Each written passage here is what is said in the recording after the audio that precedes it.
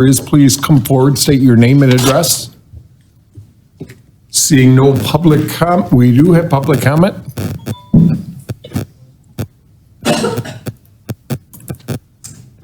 Good morning. My name is Renita Bonadies from Homer Township. I just wanted to reiterate on some things I've been looking at, the qualified voter file for Midland County. I know we had a request for this that was previously denied upon FOIA request, that the county refused to distribute the qualified voter file. So I did comment to this board a while back that I went to the state and was able to get the qualified voter file for the entire state of Michigan, not just the county. I've been reviewing some of that data, and there's some things in it that I found rather concerning.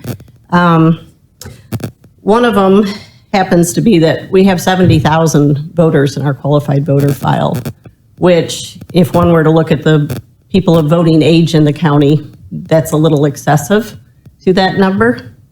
And the other thing that I had noticed is that there were certain dates historically where our registrations had really severe anomalies. For example, May 4th of 1998, seems like a long time ago, but this county registered almost 3,500 voters that day. And 10 days later, on May 14th of 1998, we registered almost 1,500 voters. Now, that seems a little odd because I don't know how the clerks back then could have possibly handled the line that would have been out the door for that. And the other interesting thing was there were only a handful of people in all of those registrations that didn't reside in the city of Midland. So that's a concerning number. It is a very large number.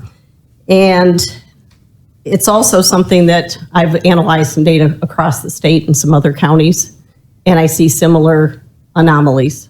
There's one or two registration dates, 3 dates, huge numbers of people that were registered on those dates from certain jurisdiction areas.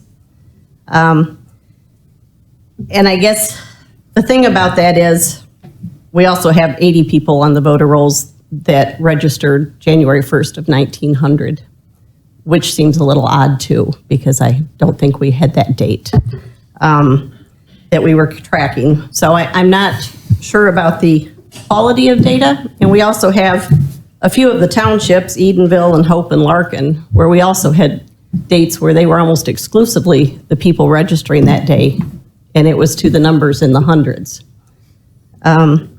So I guess my question is, how can we be sure that our qualified voter files are actually accurate at this point? And I'm listening to the presentation about how we're going to make all of these absentee ballots available. So we're not really even putting eyes on the people that are doing the voting. And I guess for me, that's a real concern.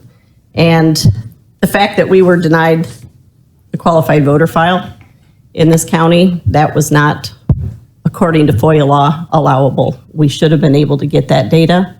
There were certain columns of data that could have been redacted. Steve, are you running a timer? We have 3 minutes. I'm pretty sure you're over 3 minutes. You're the parliamentarian. I was waiting for the time. Okay, thank you very much for your comments. Is there any other public comment? Please come forward, state your name and address. Please run a timer for me. We usually have the timer. I know up it's there. not up on the. Jessica's trying to do 3 things with. Yeah. Hi. Hi. My name is Marcia Blackson. I'm Mount Haley Township. I was excited to hear this morning that there is going to be money for election security through a grant.